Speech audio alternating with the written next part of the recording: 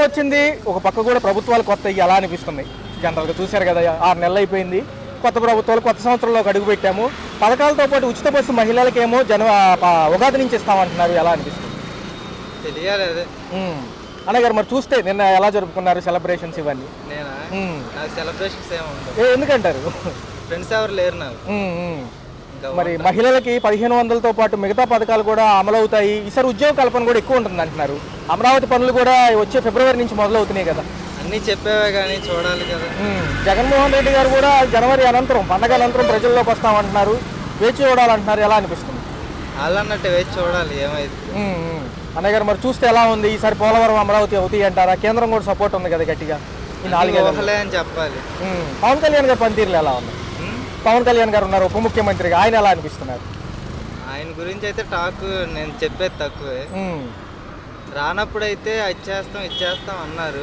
కానీ వచ్చిన తర్వాత అయితే విషయం ఏం లేదండి అంటే మహిళలకు ఉచిత బస్సు ఇవ్వడం వల్ల మంచిదేనంటారా చాలా పనులు అవుతాయి కదా మహిళలు రోజు వర్కింగ్ లేడీస్ కి కొట్టేసుకుంటున్నారు కదా బస్సుల్లో అవును ఆ ప్రభుత్వంలో అక్కడ చూసాము హైదరాబాద్ లో ఇదే అంశము అంటే కొంచెం రాయితీలు ఇస్తే బాగుంటుందా కంప్లీట్ ఫ్రీ ఇస్తే బాగుంటుంది అంటారా అంటే చెప్పలేం మరి ఒక పక్క చూస్తే నిరుద్యోగులకు కూడా 20 లక్షల ఉద్యోగాలు అంటున్నారు 4 ఏళ్లలో ఈసారి అమరావతి ఖచ్చితంగా మొదలవుతుంది అంటున్నారు మంచిదేనంటారా మంచిదే జరిగితే అయితే మంచిది అప్పట్లో 9 పథకాలు ఇప్పుడేమో 6 పథకాలు మరి ఎలా అనిపిస్తుంది జగన్ గారు కూడా సంక్రాంతి అనంతరం జనంలోకి వచ్చి లేట్ అవుతున్నందుకు అడుగుతారంటున్నారు వాళ్ళు కూడా ఇంకా మిగతా సమస్యలు ఏమున్నాయండి నా ఇచ్చిన ప్రకారం అయితే ఇప్పుడు ఏం లేవు నాకు ఓకే మేడం గారు చూసుకుంటే ఈ ఉగాది నుంచి మహిళలకు ఉచిత బస్సు అంటున్నారు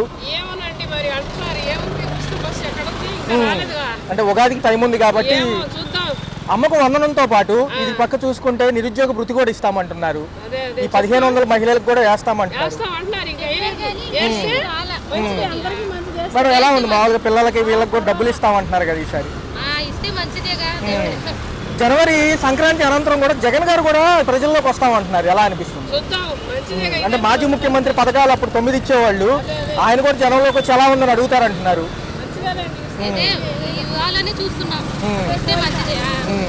అంటే కొంచెం నిత్యావసర సరుకుల ధరలు పెరిగినప్పటికీ కరెంట్ ఛార్జీలు కూడా కొంచెం భారంగా అనిపిస్తున్నాయి అంటున్నారు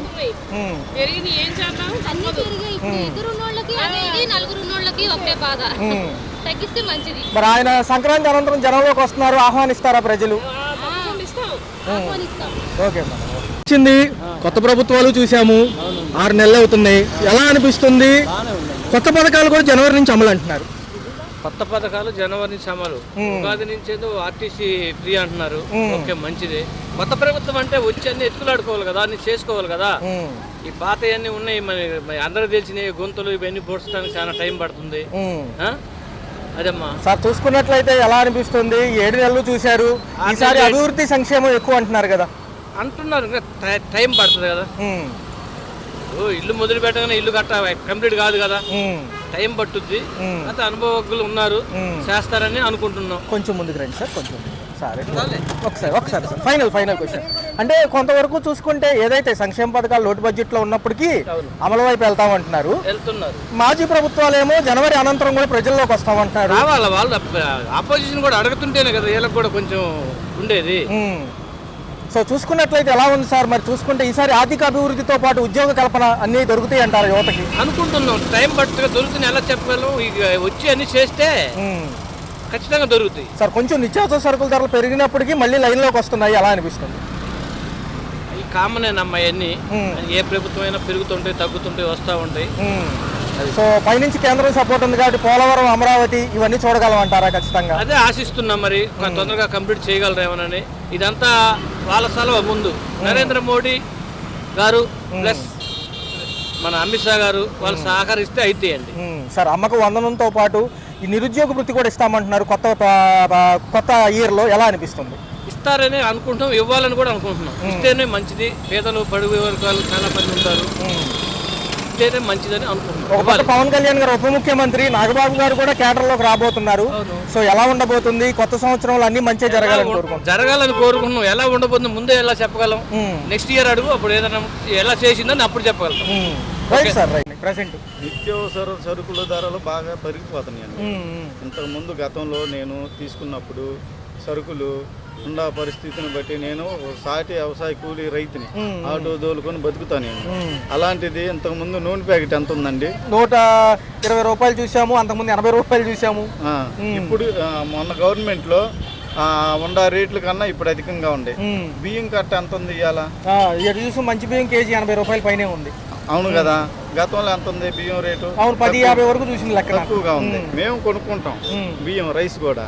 అలాంటిది మొన్న రేషన్ బియ్యం పట్టుకున్నారు అని చెప్పి మొన్న పవన్ కళ్యాణ్ గారు రంగంలో దిగి ఇచ్చేసాడు, సీజ్ ద షిప్ అనే డైలాగ్తో. మరి గత కొన్ని సంవత్సరాల నుంచి ఆ పోర్ట్లోనే బియ్యం రేషన్ అనేది బాగా జరుగుతూనే ఉంది. ఇప్పుడు జరగటం కాదు. కాంగ్రెస్ గవర్నమెంట్ లో మొన్న హర్ష్ కుమార్ గారు మాజీ ఎంపీ ఆయన చెప్పుకొచ్చాడు. ఇప్పుడు జరగటమేంది? దీన్ని కాంగ్రెస్ ప్రభుత్వాలు ఇవన్నీ గతంలో జాతీయ పార్టీలు పరిపాలించినప్పుడే జరిగినాయి. ఇప్పుడు జరగటం ఏముంది అంటే ఇదేదో హడావుడి ప్రక్రియలాగా ఉంది కదా సార్. అంతా ఏంటంటే డైవర్షన్ పాలిటిక్స్.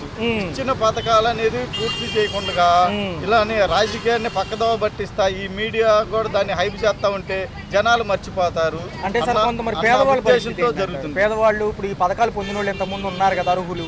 సరే మాలాంటి వాళ్ళకంటే ఉద్యోగాలు చేసుకుంటున్నా ఇవ్వకపోయినా పర్లేదు. మరి లెక్కలేని వాళ్ళు ఉన్నారు, వికలాంగులు ఉన్నారు, వాళ్ళకి సమాచారం ఇవ్వడానికి వాలంటీర్లు లేరు. ఏమంటే అర్హుల కన్నా ఇవ్వచ్చు కదా, ఏమైంది ఇప్పుడు? అర్హుల కన్నా ఇవ్వచ్చు కదా. నేనైతే ఒకటి చెబుతున్నానండి. పోయినసారి 2019లో చంద్రబాబు గారు దిగిపోయేటప్పుడు బడ్జెట్లో ఎంత ఉంచాడు? 100 కోట్లు ఉంచాడు. జగన్మోహన్ రెడ్డి గారు దిగిపోయే మూమెంట్ లో 7,800 కోట్లు అప్పచెప్పాడు. 7,800 కోట్లు అప్పచెప్పినప్పుడు 100 కోట్లకి ఎంత తేడా ఉంది? 100 కోట్లు అప్పచెప్పినప్పుడు జగన్మోహన్ రెడ్డి 9 పథకాలు ఇచ్చాడు. 9 పథకాలు ఇచ్చాడు. కరోనా వచ్చింది. కరోనాను కూడా తట్టుకున్నాడు. పల్లెటూరు మా ఊర్లో కూరగాయలు ఇచ్చిన వస్తాం చూసాం మనం. కరోనా వస్తే ఆ సమయంలో నా కాలుకి దెబ్బ తగిలింది. ఆపరేషన్ అయింది. ఆపరేషన్ అయ్యి నేను ఇంటికి వచ్చిన తర్వాత కరోనా లాక్డౌన్ పడిపోయింది. నా అకౌంట్లో ఇంట్లో ఉన్నందుకు, ఆపరేషన్ చేసుకుని ఇంట్లో ఉన్నందుకు 12,000 పడ్డాయి నా అకౌంట్లో. 12,000 పెట్టి సరుకులు తెచ్చుకున్నాను నేను. నాకు ఎలాంటి అలవాట్లు. 12,000 పెట్టి సరుకులు తెచ్చుకొని భార్య బిడ్డలను ఎటు బయటకు పోకుండా ఆ 12,000తో 2 నెలల చివరి గడిపాం. గడిపిన తర్వాత మళ్ళీ కొద్ది చిన్న పనులు చేసుకుంటా నేను బ్రతికాను. ఆ టైంలో వచ్చిన కరోనాని అరికట్టాడు జగన్మోహన్ రెడ్డి గారు వాలంటీర్లను పెట్టి. 2 ఏళ్ళు అదే పోయింది కదా సార్. 2 సంవత్సరాలు అదే పోయింది. అభివృద్ధి జరగలేదని మాట్లాడుతున్నారు. 2 సంవత్సరాలు కరోనా వచ్చింది. ఏం చేస్తాం? ఇప్పుడు నాకు రోగం వచ్చింది, నేను మంచాన పడ్డాను. నా భార్య పిల్లల పరిస్థితి ఏంది? అట్టనే రోగాలు వచ్చిన వాళ్ళు కరోనా వచ్చినప్పుడు ఏం జరగల. నేను దొండకాయలు వ్యాపారం చేసేవాడిని. అలాంటిది నేను ఆటో కూడా తోలలేని పరిస్థితిలో ఉంది. అలాంటి పరిస్థితిని ఎదుర్కొన్నాడు జగన్మోహన్ రెడ్డి. మరి మొన్న ఇక్కడ వరద వచ్చిందండి, కృష్ణా జిల్లా ఇక్కడ విజయవాడ వరద వస్తే ఏం చేశారు? అందరికి ఇచ్చారా? బుల్డోజర్ తిరిగాంగా మేము. వరద వస్తే ఏం జరిగింది? మళ్ళీ ఎన్ని డబ్బులు వచ్చినాయి అనుకున్నా? ఎంతమంది దాతలు సాయం చేశారు? లెక్కపత్రం లేదు. దాని గురించి ఏమన్నా డబ్బులు ఇన్ని డబ్బులు వచ్చినాయి, ఎంతమందికి పంచాము, ఎంతమందిని చేరదీసాము అనేది గవర్నమెంట్ ఏమన్నా చెప్పిందా? ఇంకో విషయం చూస్తే కొవ్వొత్తుల కన్ను అగ్గిపెట్లకి డబ్బులు అయిపోయినాయి అన్నారు పులిహోర పొట్లాలకి. మొన్న ఏదో మీటింగ్ జరిగితే 1,20,00,000 రూపాయలు అంటారు భోజనాలకు. నిజం. ఒక్కొక్క ఇస్త్రాకి 3,200 కట్టారండి. ఏది 2 రోజులు. ఇంకో విషయం చెప్పాలంటే అవన్నీ పంపించిన స్వచ్ఛంద సంస్థలే మళ్ళీ. మరి ఈ డబ్బు అంతా ఏమవుతుంది? చంద్రబాబు గారు సూపర్ 6 అనే పథకాలు ఇచ్చాడు. 6 పథకాలు అన్నాడు. 6 పథకాలు ఎలక్షన్ ముందేను సూపర్ 6. మరి అప్పుడు జగన్మోహన్ రెడ్డి పరిపాలన చేసేటప్పుడు శ్రీలంక అవుతుంది, మరి పాకిస్తాన్ అవుతుంది అని చెప్పుకొచ్చాడు. ఇప్పుడు సింగపూర్ అయిందా? అంటే రాష్ట్రం అప్పులు లేకపోతే అభివృద్ధి అవుతుందని వీళ్ళ నినాదం. మరి అప్పుడు ఉన్నాయి, ఇప్పుడు ఉన్నాయి. మరి అప్పుడు జగన్మోహన్ రెడ్డి గారు పథకాలు ఇస్తే మన రాష్ట్రం అప్పులు ఆంధ్రప్రదేశ్ అయిపోయిందని చెప్పి బాగా ఓదరగొట్టారు. మరి ఈయన కూడా పథకాలు ఇచ్చాడుగా. మరి జనవరిలో చూద్దాం సార్ ఏం చేస్తారు. ఇంట్లో ఉన్న ప్రతి ఆడబిడ్డకి 18 సంవత్సరాల నిండిన ప్రతి ఆడబిడ్డకి 1,500 అన్నాడు. మరి నా పిల్లలు ఇప్పుడు కాలేజీలో చదువుతున్నారు. అమ్మఒడి డబ్బులు పడి, తర్వాత మా అబ్బాయి బీటెక్ చదువుతున్నాడు. వాడికి ఫీజు రింబర్స్మెంట్ కింద డబ్బులు వచ్చాయి. ఇప్పుడు అమ్మఒడి లేదు, అది లేదు. మొన్న మా పిల్లోడు వచ్చి నానా ఫీజు కట్టాలి డబ్బులు అన్నాడు. నేనేం చేయాలి? అమ్మఒడి రాలా, అది రాలా, ఏం చేయాలి? ఇప్పుడు పెన్షన్లు కూడా ఇంతకుముందు గతంలో జగన్మోహన్ రెడ్డి ప్రభుత్వంలో ఎన్ని లక్షల మందికి ఇచ్చారు, ఇప్పుడు ఎన్ని లక్షల మందికి ఇస్తున్నారు? ఆయన 3,000 అన్నాడు, ఈయన 4,000 అన్నాడు. కరెక్ట్ కాదంట్లా. 4,000 ఇస్తున్నాడు. 4,000 ఎంతమందికి ఇస్తున్నాడు? అతను ఎంతమందికి ఇచ్చాడు? 10 మందికి ఇచ్చింది వేరు, 100 మందికి ఇచ్చింది వేరు. 100 మందికి ఇచ్చినప్పుడు 3,000 లెక్క వేసుకుంటే ఎన్ని లక్షలు అవుతాయి, 10 మందికి 4,000 లెక్క ఇచ్చుకుంటే ఎంతమంది అవుతాయి? ఇదన్నీ జనాలు ఎవరు గ్రహించలేదు. ఎట్లాంటివన్నీ అడుగుతారని డైవర్షన్ పాలిటిక్స్ అనమాట. ఈ ఏదైనా కొత్తదే విధానం తీసుకొస్తే ప్రజలు అటు చూస్తారు, ఈ మర్చిపోతారు అన్న ఉద్దేశంతో ఉంది. కానీ ఈ ప్రభుత్వం పారదర్శకంగా ఏమి లేదు. నువ్వు సరే మీరు అన్న ప్రకారం 6 పథకాలు అన్నావు, 6లో ఎన్ని ఇంప్లిమెంట్ చేసా? డబ్బులు లేవుగా ఖజానాలు 7,800 కోట్లు వదిలిపెట్టిపోయాడని జగన్మోహన్ రెడ్డి. పాత అప్పులు తీరుతున్నాం అంటున్నాం. పాత అప్పులు ఎన్ని 14 లక్షల కోట్లు అప్పు అన్నాడు. అవును, మొన్న అసెంబ్లీలో చూపించింది 18 అంట. 18 కాదండి, 6 లక్షల చిల్లర. కేంద్ర గవర్నమెంట్ కూడా చెప్పింది. ఆంధ్రప్రదేశ్ ప్రభుత్వం అప్పు చేసింది 6 లక్షల చిల్లర. ఇల్లేని 14 లక్షలు అన్నారు. 14 లక్షలకి 6 లక్షలకి ఎంత తేడా ఉందండి? మరి అసలు అంత ఏమన్నా లెక్క పొందుతుందా? మరి మేము అనుకుంటున్నాం అనేదానికి నువ్వు 40 సంవత్సరాలు ఇండస్ట్రీ కలిగిన అనుకునేది ఏంది? నీకు తెలియదా? లెక్క డేటా ఉంటే మాకు అవసరం లేదన్నారు, పాత డేటా తీసుకోండి సార్ అంటే. అదే ఇప్పుడు ఎన్ని జనాలు రోడ్డు మీదకి వచ్చి అడుగుతారని డైవర్షన్ చేయటం అన్నమాట. ఎవరన్నా ఏదైనా రోడ్డు మీదకి వస్తే వాళ్ళని బట్టుకెళ్తాం, లోపలేయటం. అలా ఉందో పరిస్థితి. ప్రభుత్వం ఛార్జీలు పర్లేదంటారా? కొంచెం తగ్గించలేదంటే తగ్గించేదేం లేదు. ఏ గవర్నమెంట్ వచ్చినా తప్పదు. ఇక అది అందరు చెప్పే మాటలేదు. ఎలక్షన్ అంత వరకు మేము పెంచమన్నారు. వీళ్ళు ఏంటంటే యూనిట్లు పెంచకుండా ఏం చేశారంటే స్లాబ్ పెంచేశారు. కస్టమ్ ఛార్జ్ అని ఐబీఎన్ ఇవన్నీ బాగా బాధేశారు. ఉప ముఖ్యమంత్రి గారు పనితీరులు ఎలా ఉన్నాయి? వాళ్ళ కడప జిల్లా పర్యటనలో ఉన్నారు కదా. పనితీరు అంటే అది ఇంకా అది సొంత పార్టీ అయితే ఓకే. ఒకరికి ఏదో పని చేసేటప్పుడు ఆయన ఏం చేస్తాడు? ఏం చేయలేడు. సార్, రేషన్ బియ్యం బదులు ఒకవేళ డబ్బులు ఇస్తే బాగుంటుందా? సన్న బియ్యం ఖచ్చితంగా ఇస్తే బాగుంటుందా? ఈ రేషన్ బియ్యం డబ్బులు ఇస్తే కరెక్ట్. ఎందుకంటే ఇవన్నీ మళ్ళీ వాళ్ళకి వెళ్ళిపోతున్నాయి. రేషన్ డీలర్లే కొనుక్కుంటున్నారు. సార్, రాబోయే కాలంలో అభివృద్ధితో కూడిన సంక్షేమం కాబట్టి రాష్ట్రం లోటు బడ్జెట్లో ఉంది. సంపద సృష్టికి ఒక పక్క చూసుకుంటే చాలా అప్పులు అవుతాయి కదా సార్, ఎలా అనిపిస్తుంది? సంపద సృష్టి అనేది ఏముండదండి. అది సంపద ఏం సృష్టిస్తా ఏముంది మనకి ఇక్కడ సంపాదిస్తుంది?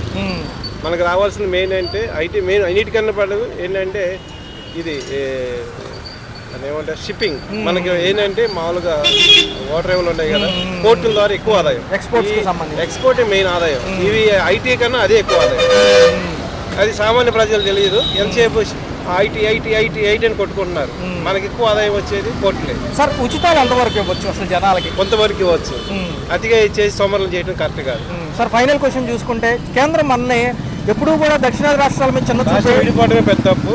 ఇది రాష్ట్రం విడిపోయిందా పలసన పడిపోయాం. ఎంపీ సీటు తగ్గిపోయేదానికి లెక్కలేని పని. మరి మాజీ ముఖ్యమంత్రి గారు జనవరి నుంచి జనంలోకి వచ్చి ప్రాబ్లమ్స్ పైన అందరిని అడుగుతానంటున్నారు జనంలో. మరి పథకాల అమలు కూడా పాలకపక్షాన్ని ప్రశ్నిస్తారు. ఇప్పుడు పథకాల అమలు అంటే అతను చేసి ఉన్నాడు, తినున్న తర్వాత జనం ఏంటంటే మర్చిపోలేకపోతున్నారు. మాకు అవి ఇచ్చారు ఈ ఇచ్చారని జనం ఏంటంటే ఇంకా భ్రమలో ఉన్నారు. అలా ఏ నాయకుడు వచ్చినా మేము అవి ఇస్తామని అట్లా ఉన్నారు. పొరపాటు చేయని చూద్దాం.